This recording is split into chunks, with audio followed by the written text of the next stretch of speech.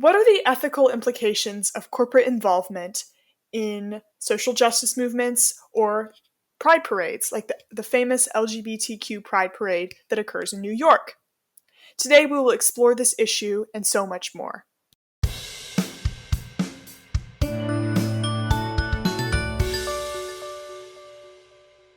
Hello and welcome back to the Gray Zone. My name is Juliet, and today I have Gray and Sam here with me. We will be discussing Case 3 from the National High School Ethics Bowl case set entitled Pride, Inc. Does someone want to jump in with a quick summary? Case 3, Pride, Inc., centers around World Pride, the Pride celebration that was held in 2019 in celebration of the 50th anniversary of the Stonewall riots in conjunction with the New York City's Pride Festival and attracted roughly 4 million attendees. This event was met with some criticism from the Reclaim Pride Coalition, or the RPC, because of the extreme corporate involvement in the event. They organized an alternative event, which gathered 45,000 attendees, and their stated mission is to march against the exploitation of our communities for profit and against corporate and state pinkwashing. This criticism of corporate involvement in Pride events or LGBTQ plus events coming from mega corporations such as Capital One, Walmart, Verizon, etc., come because many critics argue that many of the same three mega corporations simultaneously fund anti-LGBTQ causes, and the money that comes from their Pride-themed merchandise is often simply funneled back into the corporation, and there's a lack of transparency on where that money goes into funding LGBTQ plus support organizations or charities. And this also leads to slacktivism, wherein the general population can feel as though they are contributing to a worthy cause by purchasing products, while there isn't any actual effort put into supporting the organization which the slacktivism would purport to represent or to support. So we can start with the first question that's listed under the case, which is what role, if any, should private corporations play in social justice movements and why? And we could tie this specifically to the movements we're seeing in the case or expand it as necessary. Well, here I think it depends partially on what type of corporation we're talking about. If we're talking about large-scale corporations, I think they should have almost no involvement in social movements, independent of taking independent action within their company. Because large corporations tend to have an incredible amount of monetary influence, them being involved in social justice movements converts their monetary influence to political influence. And I believe that that's a dangerous road to go down, because it takes away the power from people who don't necessarily have that same monetary influence that corporations have to influence policy. However, for smaller companies, for like family-owned businesses, for example, I believe that those are more representing people and communities and less representing the monetary influence of large corporations. So those companies can and often should have involvement in social justice movements.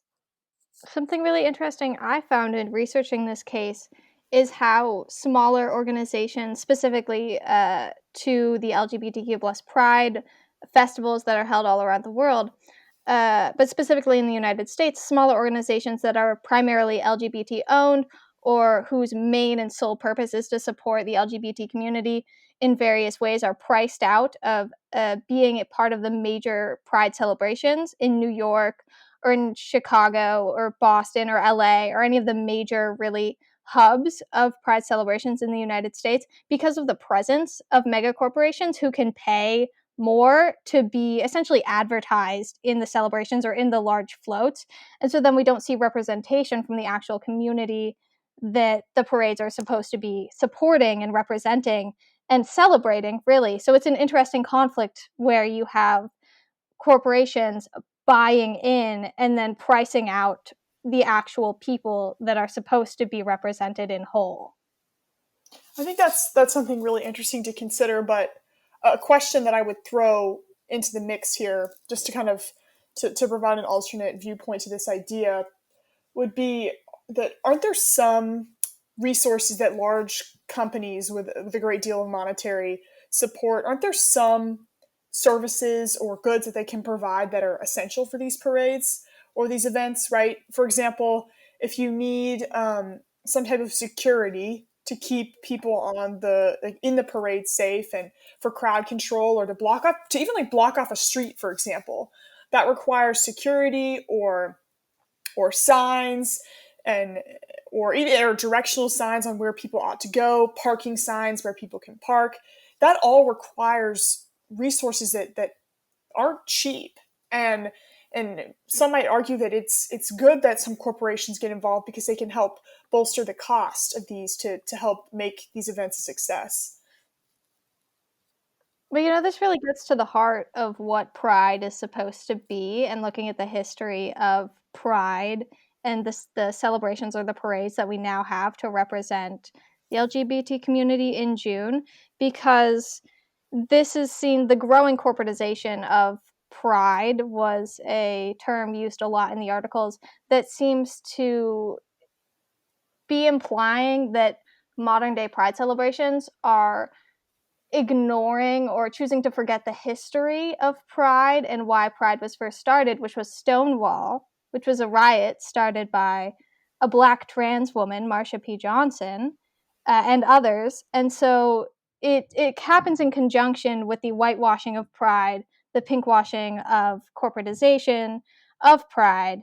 And then you also have the turning of Pride from a highly political movement, like a highly politicized event, to sort of an apolitical celebration that is more palatable to the dominant culture, the dominant society, in my view. And so I think it's the values that are in conflict, not necessarily the presence of corporations that are funding the things that have become a necessity of Pride because of that apoliticization of the event, even though in its purporting to be apolitical, it is in fact political. Yeah, so my concern with Juliet, you brought up providing security.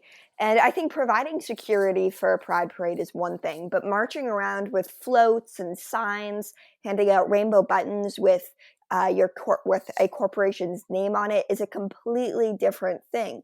And I've personally been to my city's pride parade multiple times, and every year I see more and more companies going out doing these things, not just providing security or being a nameless donation to the Pride Parade to actually support rights, but to support their own company.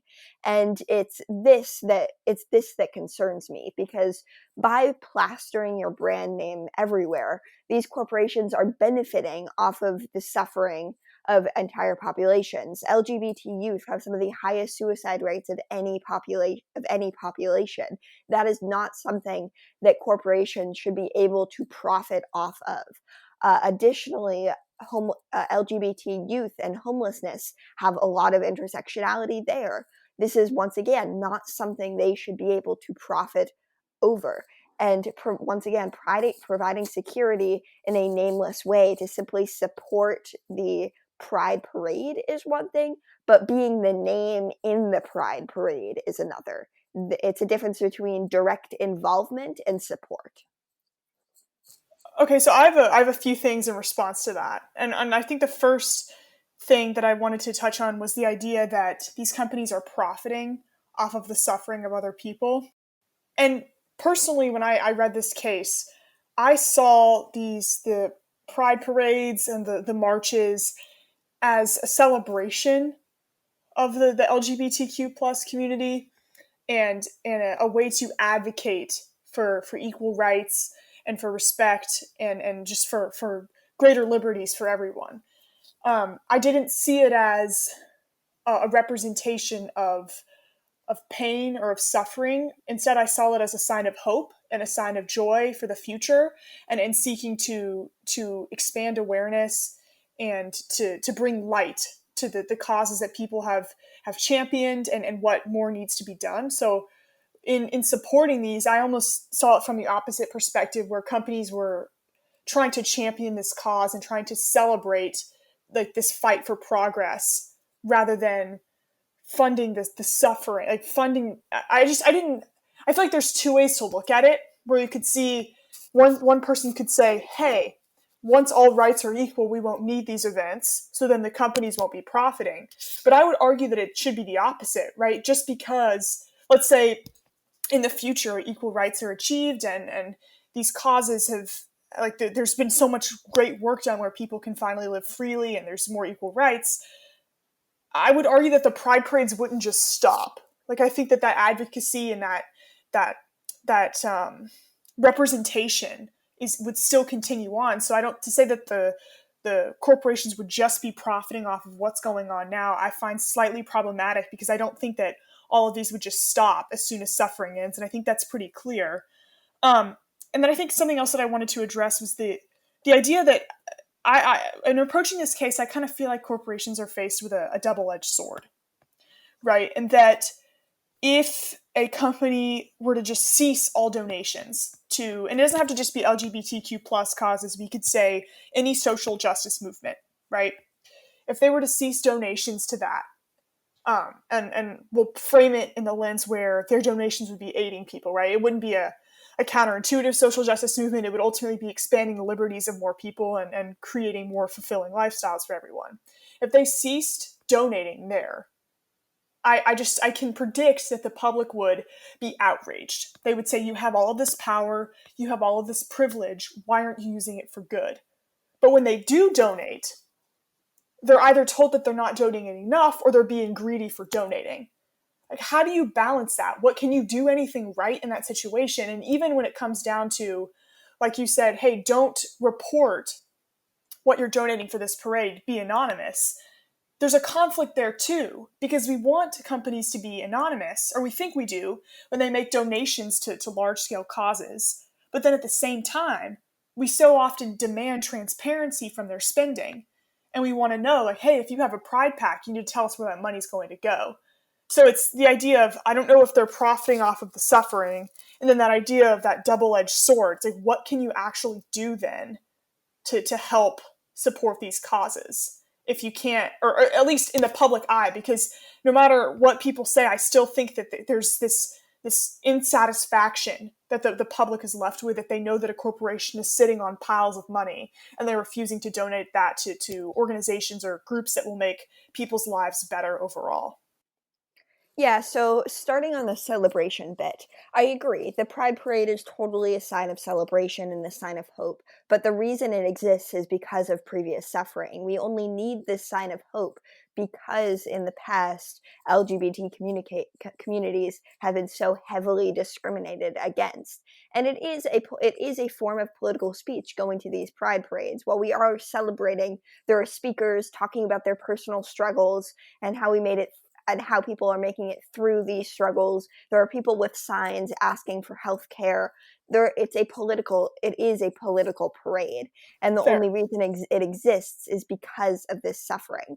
And once all equal rights are achieved, once equal social rights are achieved, then I'll rethink corporate sponsorships. But as long as those same companies are going out and funding anti-LGBT political candidates and funding anti-LGBT corporations, as long as those same companies are doing that, and as long as the LGBT suicide rate is this high, I cannot stand behind and watch companies profit off of funding it. And about your double-edged sword thing, I agree. It is sort of a double-edged sword, but it's a double-edged sword for the right reasons. The public is outraged because companies aren't just funding the Pride Parade and then making changes within their own company. For example, Gilead Health produces an HIV medication to reduce risk of contraction, and they made this medication cost over $1,000, which is obviously not equitable and not accessible for a lot of people. Yet they advertise being pro-LGBT communities and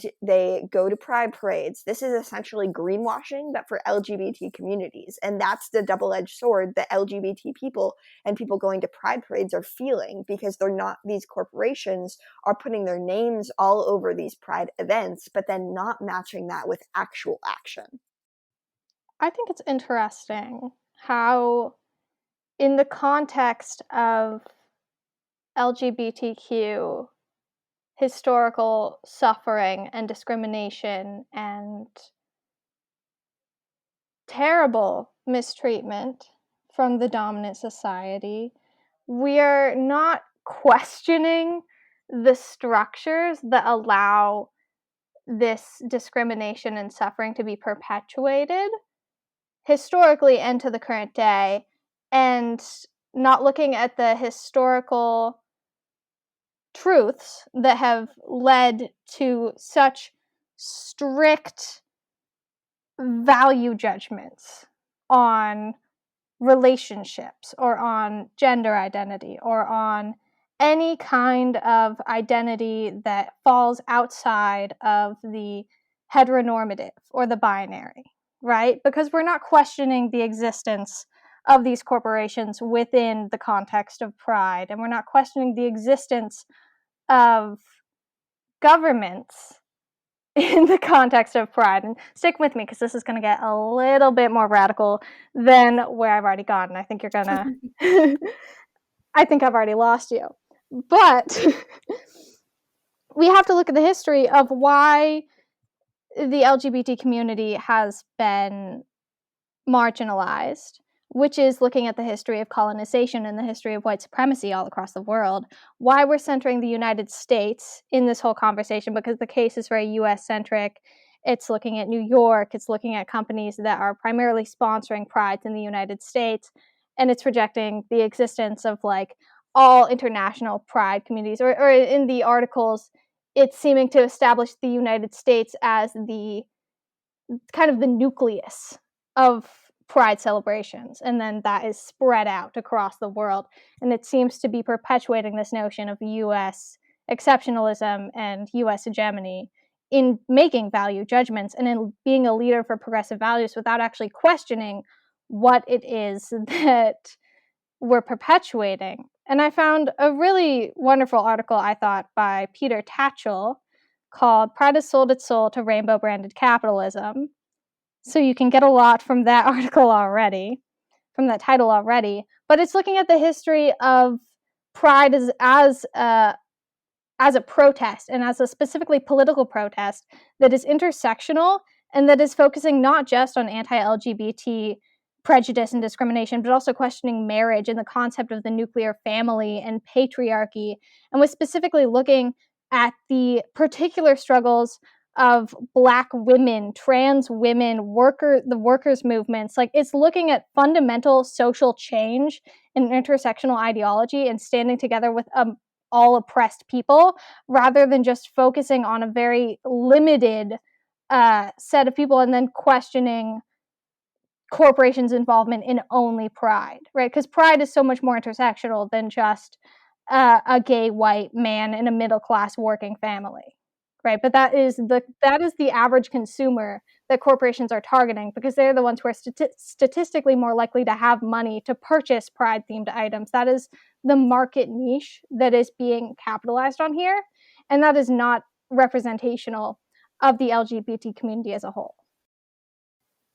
But sorry, I respect all that you said. I just, is it ethical to condemn companies for attempting to make these products? I'd rather a company do something, and attempt to be supportive and attempt to spread awareness, than not do anything. I don't think awareness is enough. And I think that we've put our stock in awareness as much as it can. Like, we are aware that the LGBT community exists. Sure, yes, awareness has worked. Some may argue that it hasn't, but let's just have that as a baseline. Is like, it's worked to the extent that it can work, and where do you go from here? Because we don't see these mega corporations actually investing a significant part of their time or energy year-round into supporting marginalized communities. It's only during the month of June, and they have to put their logo on every single product that is sold. I question why the logo has to be there, why the name has to be attached to it. And I heard what you were saying before about transparency in independent or anonymous donations, but there are ways to do donations that are transparent without having to have it be a marketable moment and an advertising moment for your brand. And you don't have to value signal in order to do good in the world. Ought we to paint with a broad brush, though? Because I would argue that there are corporations out there that are actively taking steps to try to create a more equal workforce. Yeah, I mean, good for them. My perspective is one that is looking at the entire structure of society and then advocating for a complete restructuring. So in that context, it wouldn't make sense to not question the existence of corporations, but it is, of course, good to try to make society more equal as it stands now. I would just advocate for taking things a step further. Sure. But that is not a popular opinion, and I am well aware of that. It's just like the root values or like the root assumptions that we're making are very different, and so it doesn't really lead to a conversation that is, in my mind, as productive as like bringing up those root differences. But I completely respect your perspective in that it is, of course, good for corporations to do what they can, and they should be doing more in the system that currently exists. Sure. Yeah. Yeah, so a couple minutes ago, Juliet, you asked the question, is it ethical to condemn companies for attempting to make these products? And surprise, surprise, I believe that yes, it is totally ethical to condemn them for making these products, because they aren't actually changing anything. What they're doing is they're hiding behind the veil of awareness to avoid critique of lack of action. So while they're selling Pride Parade stickers, and while they're selling water bottles with rainbow flags on them, they are not reflecting that in the real world. And Juliet is right. If corporations didn't donate to these Pride parades, we would be a lot more critical of them. But we should be critical of them, and that's the point. We're not critical because we see their name plastered over LGBT rights movements, when in reality, not only are some of these companies not helping the LGBT communities, but some are directly harming them. For example, AT&T, which at last year's Pride Parade in my hometown city was one of the biggest sponsors there, had floats, and was just one of the biggest names. They donated $2.7 million to 193 anti-gay politicians from 2017 to 2018, but they sponsor pride parades, and no one questions the former because of the latter. No one looks beyond the donations because they're such a big name and because we believe them to be this great organization, even though they're directly harming LGBT rights movements. It's, once again, it's greenwashing, but with pride parades. And so you were talking about broad strokes. And while generally, no, I do not like broad strokes and sweeping generalizations, I think in this situation, making a broad generalization is actually helpful, because there you question the underlying assumptions you make before allowing them to be in the Pride Parade. If you go from the perspective corporations are bad and then make exceptions from there, instead of all corporations are good and making exceptions from there, you're more likely to get to these underlying donations and the root of where these companies are actually donating and what they're actually supporting. Okay, two things. First, this may be controversial, and I'm accepting that point, and I am just gonna put it out there. This is just going to be a controversial podcast. Yeah, and I'm sorry if there are people out there that disagree with me. We're trying to model open dialogue here. I'm not saying that their actions were ethical in funding those politicians. I think they were unethical. I personally don't think in an ethical society that corporations should be directly funding people's runs for office. I think that's problematic. Clearly it happens. I understand that. But what I would ask would be what the other positions were of those politicians. I would be curious to know specifically what the platform was they were running on and why specifically AT&T wanted to fund them. And I know it may be a pro big business platform and all of that, but I would like to know specifically who in those corporations made that decision. Because I would argue that a manager of a branch somewhere didn't decide that that's who they wanted to fund. I would argue that that's somebody very specific at the top making those decisions, and that's the bigger issue. I would like to make the distinction between local branches of a company donating to local causes, right, like a parade in their town or a march in their town, versus people at the top of the company making decisions that are problematic. Because there is a distinction there. Remember that local branches have their own funds that they can choose to donate to places in their immediate communities. So it may not be, in fact, that people at the head of the company are saying, hey, we did something bad, let's make up for it and donate to all these cities. It may be, in fact, that people at local branches genuinely wanted to do something good and they just did it because they wanted to do something good for their community. It may not be a pink washing scenario like we think. I think that's an important distinction to make. And my other thing, too, about I understand what y'all are saying about assumptions, right? And questioning our frameworks and breaking down the ideas that we hold that kind of frame our ideas here, which that was really clunky, but I think you got the point. I understand your point there and critiquing our assumptions. But I would question why we have to say corporations are good or corporations are bad at all. I would question why that's a statement that we need to bring into this. I recognize that the role of corporations may be controversial, but I think the bigger problem is not the corporations itself, but the way the system of society has been constructed around them. To me, I struggle with between distinguishing, I'm going to say corporations are good and work from there, or I'm going to say corporations are bad and work from there, when in reality, I don't know if we can break down that boundary between the two. I think it's more complicated than that. I think there's the corporation themselves, but also the systemic issues that live around the corporation. And then there's issues like this, where there's the ethical dilemmas of when corporations can get involved to try to break down those systems and help people in a positive way. So is it the corporate, like, why do we have to bring that into this discussion, I guess, is my other question.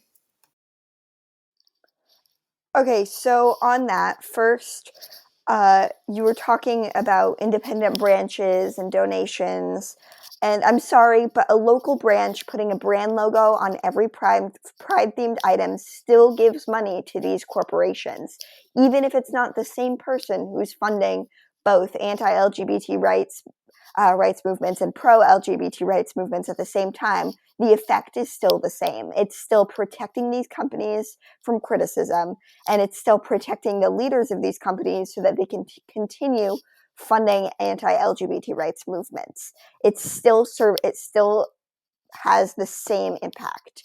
And if these independent branches want to make a difference, then do it without the name. There's no rule that corporate branch managers can't attend pride parades or can't donate. They can do it, just don't plaster the logo over everything. Don't plaster the logo. Don't get involved and don't turn a profit off of it.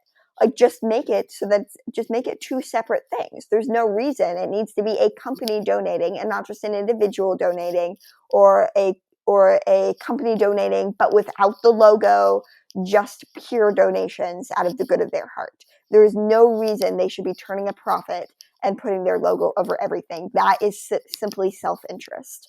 And then you ask why we need to make these statements at all. And you're right, the system of society is constructed to benefit these corporations, and that is the problem. These corporations are also using the system of society to benefit themselves, and they do so often deliberately.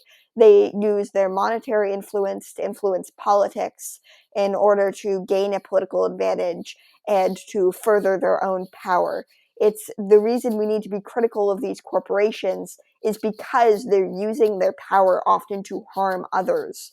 And we need to be critical of this. We also need to be critical of the system of society. And I think Gray was talking about this earlier, that the reason that we need to critique the reason why this even exists in the first place, why these corporations have so much power, why it's necessary for them to get involved in a pride event before people start listening, why these donations are coming from organizations and not just individuals. And so I think we need to be critical of both in order to really get to the bottom of this issue. I have a couple hypotheticals and a few ways to respond. So first of all, if a company failed, or like if not failed, if a company decided they didn't want to put their name on a donation or a float or a stand or something at one of these events, is so that if we're considering that to be ethical, why would it even, I don't understand why that changes the ethical nature of anything, because the parades would still be accepting donations from these companies. And I get that there's the idea of self-interest. I don't understand the distinction between donating and not putting your name on it, but then the organizers still accepting that money if they don't believe in the root cause of the corporations getting involved. Because in my mind, that's self-interested.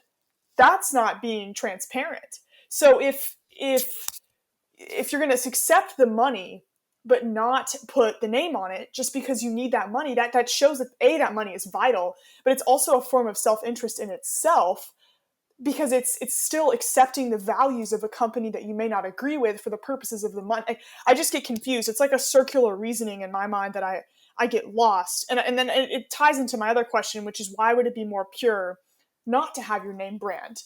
And then that connects to my other point, which is the idea that, yes, corporations need money. They do. And they have to use their power and they have to use their influence to get it sometimes. But again, I want to push back on the idea that corporations are only a source of evil or that they're only oppressing people in society, because arguably there's more to a corporation than just paying a bunch of people at the top. They employ so many people. So yeah, they may put their brand out there too many times, or they may make a donation that to a cause or a social justice movement and have their name on that, and some people may criticize that. But arguably, how can we ever say for sure whether that donation is completely immoral, because it may be helping someone who really needs money from that corporation? If someone who's been oppressed is working for a corporation, or they just got a promotion and they're getting a bonus from the corporation, or the corporation got some extra sales because they donated to a social justice movement, can we say that that's unethical if they're ultimately helping people and providing them with more resources? Right? How can we say that all the corporation is just in self-interest when ultimately there is no self of a corporation? There's a huge group of people across the United States all working towards the same cause. I am trying to, because like I was saying earlier, I think this goes back to more the values of what pride is, or what pride used to be or ought to be, and the various perspectives that people hold on, like, what is pride, right? Is it political? Is it apolitical? Is it a celebration? Is it remembering suffering? There's all these different perspectives on just the simple question of what this whole the foundation of this case is. And that's where the ethical problems come from for me, not the existence of good corporations or bad corporations, or whether it's a branch manager or a CEO, or whether one individual in a company benefits from these pride themed merchandise, right? But it's more the values question that is intriguing to me. And that's where I get caught up in, is the question of whether corporations need to be involved at all for pride to exist. I think that is ethically problematic if pride cannot exist without the funding of corporate sponsorship. I think if you can't hold a celebration or a parade or a protest or anything without the existence of corporate sponsorship to even exist and to be legitimized and recognized by whatever ruling body exists in your county or city or town or country or whatever, that is inherently problematic to me, because that takes away the power from the grassroots people, from the community that the event is supposed to represent, and it gives it to corporate sponsorship. And then you have a system where corporate sponsors get to decide what is palatable for the larger audience, what is good activism, or what is a good community, and what is not a good community. the ending quote on the case itself is also tripping me up a little bit. It is, who is it? Harvard scholar Michael Bromsky.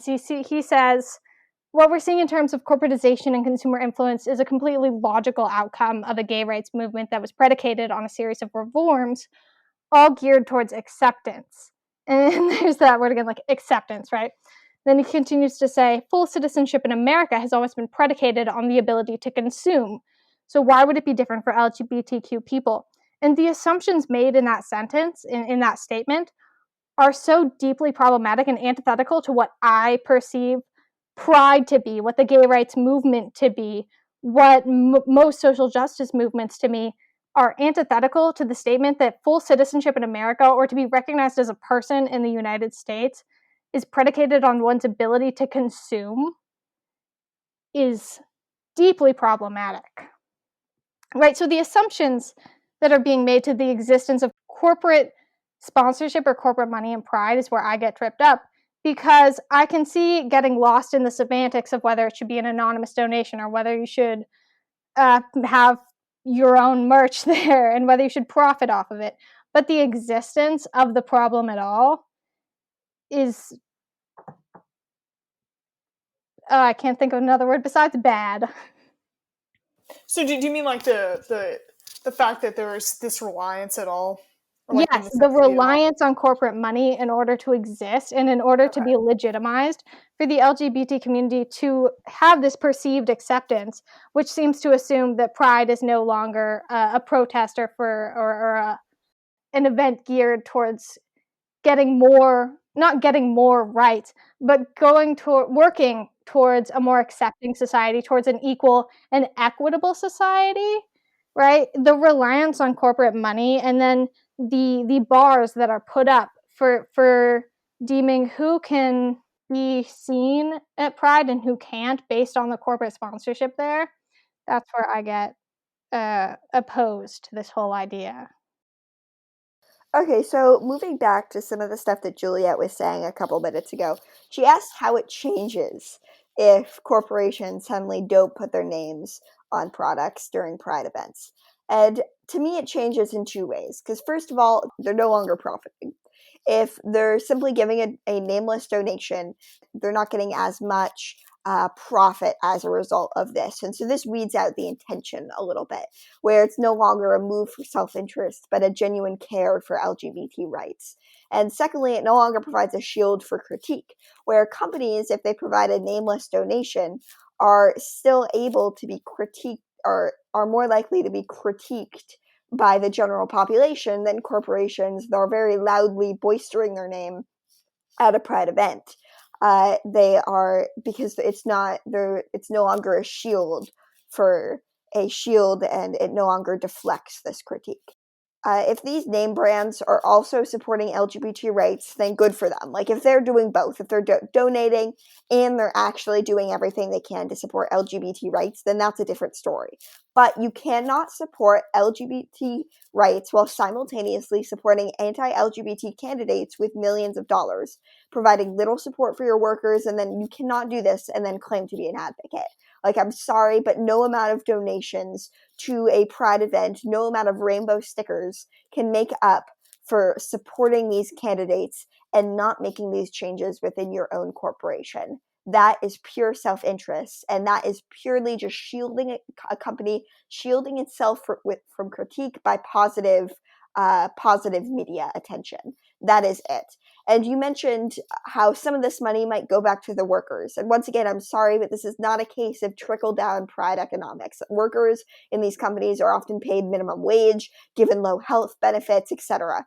Please, like these companies, just please resolve your own internal issues with your worker treatment before deflecting critique by donating to Pride parades. For example, AT&T was sued in 2014 for worker mistreatment because they discouraged workers from reporting injury. These issues need to be resolved first before they can hide behind a shield of supporting the rights of workers and hide behind a shield of supporting LGBT rights. So I think this is interesting because what you first were talking about exposes, I think, a key difference in our beliefs. And correct me if I'm wrong. it seems that at least in this case alone, I'm more focused on just the ultimate overall good done, and you seem to be more focused on intent, right? Yes, I'm pretty focused on intent. That said, I think that it's also doing a lot of harm because these companies are being critiqued as a result of their involvement in pride parades. Sure. Okay, so I mean, I just think that that's something interesting to talk about because that's like a key distinction that we see in the world of ethics, right? Whether it's the true intent of an action versus what that action ultimately does. And I just think that's something interesting to think about. And also, I like the idea that you mentioned harm too. I think that's something interesting to explore. My question would be, what if they're not trying to excuse their actions, right? What if they're not trying to make up for wrongs they've done? Why does it have to be an eye for an eye type situation? What if a company came out and said, look, hey, I know we've messed up, but we really want to donate to do our best. And they're not trying to make up for actions, or they're not trying to make up for past wrongs. Would that change? Or is the fact that they've donated to these campaigns mean that they're just barred from donating? That they should just not donate to LGBTQ causes or not support these because of the issue of being hypocritical outweighs any good done by their donations. Is that a fair conclusion to draw? Because that's something that I struggle with, and I don't know if I could really agree with that. Because I think that there's the good that could be done by possible donations. To me, to just bar them from that and say, no, you can't do that anymore. You've lost the privilege. A, there's the question of fiscal autonomy. B, there's the issue of does being hypocritical and the immorality of that, does that really outweigh the possible good that could be done with donations? Like, ought they to just not donate at all? Okay, so on that, first of all, what if you ask, like, what if they're not trying to excuse their actions and it's like an apology? Well, it's not like they're apologizing after the fact. It's not like it's been 3 years and they're a different company with a different CAO. No, they're actively participating on both ends of the movement. They're actively funding anti-LGBT candidates while simultaneously funding pro-LGBT rights movements. They're doing both at once and therefore profiting off of the continued suffering of LGBT people on both ends. And they aren't even apologizing. I mean, they never even admit to wrongdoing. You need to be held accountable before you can move on and claim that you've changed as a company. Many of these companies haven't admitted, they haven't apologized for funding anti-LGBT candidates. They haven't changed their own internal structure. As for the impact bit of this, I want to hold to what I said earlier, that I don't think the impact of these companies being involved is good either way, because what's really happening is they're just creating a vague awareness for LGBT rights movements that doesn't really have a substantive impact, while simultaneously getting to hide behind that vague awareness and continue harming people. So it's allowing for the continued suffering of workers and for the continued suffering of LGBT people because of these donations. And I think that continued suffering outweighs the minute impact that these companies giving out stickers has on actual LGBT people dealing with actual oppression and actual discrimination. Well, I mean, we keep throwing out this example of stickers, but what about something bigger? Like, what if a company sold pride flags and somebody in a community that frequently had not discussed LGBTQ rights, or there was more prejudice in that community, and that person displayed that flag as a means of standing in solidarity with LGBTQ individuals, trying to advocate for that cause in their local environment? I mean, I feel like that's doing good. No, I don't know. It's easy to say. Why not buy that flag from an LGBT creator or from an LGBT artist, or actually putting money to directly the community that the person, in this case, the person who's trying to buy a flag, would be supporting, right? Why buy it from a larger corporation when instead you can give your money directly to creators that are LGBT, or to nonprofits or organizations that specifically impact the lives of LGBT people without having to go through these steps of buying merch from a larger company and then displaying it in almost like a virtue signal, and then don't do anything else beyond that. I mean, that's a good point. I'm just saying it's easy to dismiss corporate involvement when we talk about things like stickers, but I do think there are things that corporations actually do that can help. I mean, and I know that the issue of pride packs is pretty controversial as well. But I mean, there are certain times in which, like if you buy a pair of shoes, I think Doc Martens did something to this effect where they had a limited edition kind of shoe, and it was in support of the Pride movement, and then they would donate to a special organization or a cause, part of that profit. I mean, would you all agree with that, or do you think that that's still unethical?